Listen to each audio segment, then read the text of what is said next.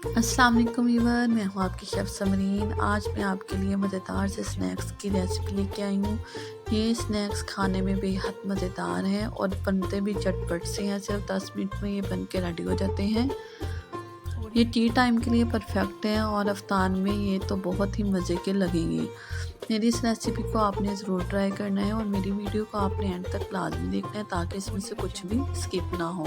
चलिए video start करते हैं। इसके लिए मैंने 2 कप मैदा लिया है। मैदे को मैंने बारीक छलनी से अच्छी तरह छान लिया है ताकि इसमें कुछ भी कचरा वगैरह हो वो निकल जाए।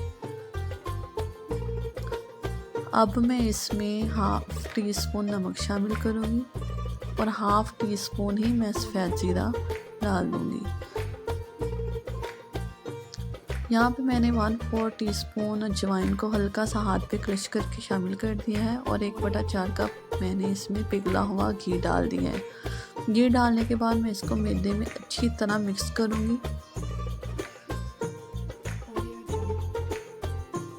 जब घी अच्छी तरह मिक्स हो जाए तो आपने चेक करना है ऐसे मुट्ठियाँ बनने लग जाएं। जब मुट्ठियाँ बन जाए तो इसका मतलब है कि हमारे जो स्नैक्स हैं वो बहुत ही ज़्यादा खस्ता बन के रेडी होंगे।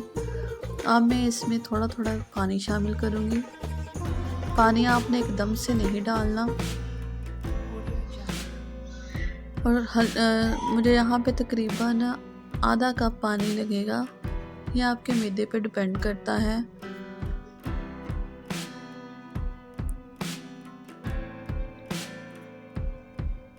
और यहाँ पे हमने एक सेमी टाइट सी डो गूंद लेनी है और डो को हमने तकरीबन 7 से 8 मिनट लाजमी गूंदना है। जितनी अच्छी इसको हम गूंदेंगे उतनी अच्छे ही और खस्ता हमारे स्नैक्स बन के रेडी होंगे। यहाँ मैंने इस पर हल्का सा घी लगा के इसको कवर करके रख दूँगी। यहाँ पे मैंने पोटैटो लिए हैं 4 मीडियम साइज़ के।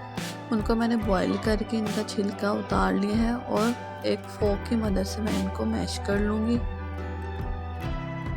मैश करने के बाद यहाँ मैं हाफ़ टी स्पून नमक, हाफ़ टी स्पून ज़ीरा, 1/4 टीस्पून मैंने यहाँ पे हल्दी टर्मरिक पाउडर डाला है और हाफ़ टी स्पून ही मैंने पिसी लाल मिर्च डाली है।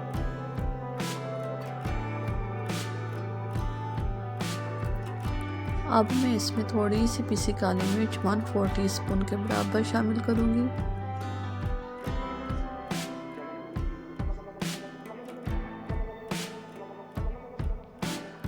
यहाँ पे मैंने थोड़ी सी कसूरी मेथी है, हाफ़ टी स्पून वो डाली है। इसकी खुशबू बहुत ही अच्छी लगती है।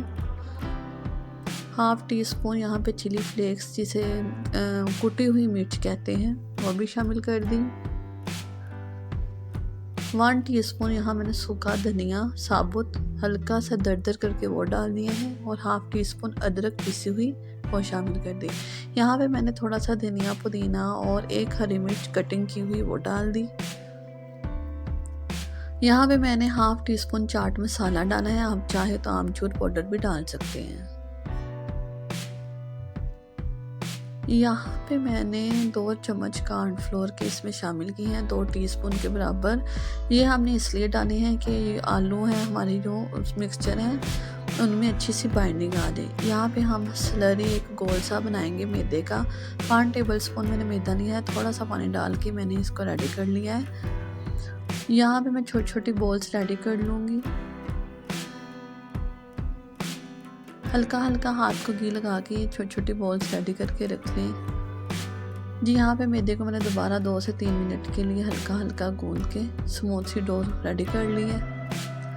अब हम इसको हल्का सा बेल लेंगे। बस एक चपाती की तरह इसको हमने बेल लेना है और ये ना ज़्यादा मोटी हो ना ही ज़्यादा पतली हो, बिल्कुल चपाती की तरह हो। इसको मैं एक गिलास लेके उसकी मदद से गोल गोल शेप में इसकी कटिंग कर लूँगी। अब हम सेंटर में एक बोल रखेंगे आलू समोसा रेडी करने के लिए। पिज़्ज़ा कटर की मदद से हम चारों साइडों पे सेंटर छोड़ के हल्के हल्के कट लगा लेंगे। साइड पे मैंने जो बैटर लिक्विड बनाया हुआ वो लगा देंगे इसको सील करने के लिए। सेंटर में हम पोटैटो बॉल रख के ओवरलैप करते हुए इसको बंद करते जाएंगे। लीजिए ये हमारा रोस्ट समोसा रेडी है। दूसरा भी हमने ऐसे ही रेडी कर लिया। सेंटर छोड़ के चारों साइडों पे हमने कट लगा लेनी है। सेंटर में पोटैटो बॉल रखनी है और इसको ओवरलैप करते हुए एक दूसरे के ऊपर हमने इसको सील कर लेना है। आप इसको फ्रीज़ भी कर सकते हैं। ये तकरीबन 2 माह तक आप इसको फ्रीज़र में एयर टाइट जार में रख के फ्रीज़ कर सकते हैं। एक पैन में हमने यहाँ पे ऑयल लिया है। इसको मैंने मीडियम हीट पे प्री हीट कर लिया है। ये पोटैटो बाइट्स इसमें डालने के बाद मैं जो फ्लेम है उसको स्लो कर दूंगी।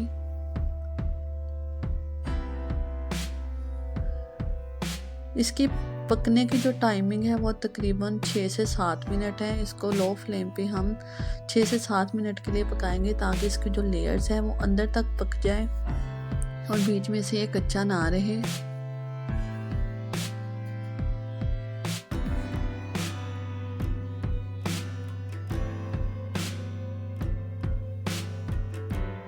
इस पे प्यारा सा कलर आना शुरू हो गया। जैसे ही ये लाइट गोल्डन से हो गया हम इनको निकाल लेंगे।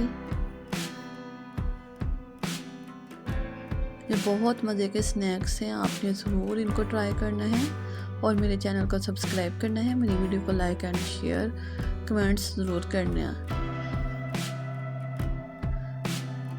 बच्चे इस रेसिपी को बहुत ज़्यादा पसंद करेंगे क्योंकि मेरे बच्चों ने तो झटपट इनको फिनिश कर दिया था। मिलेंगे इंशाल्लाह एक नई रेसिपी के साथ। तब तक के लिए अल्लाह हाफिज़।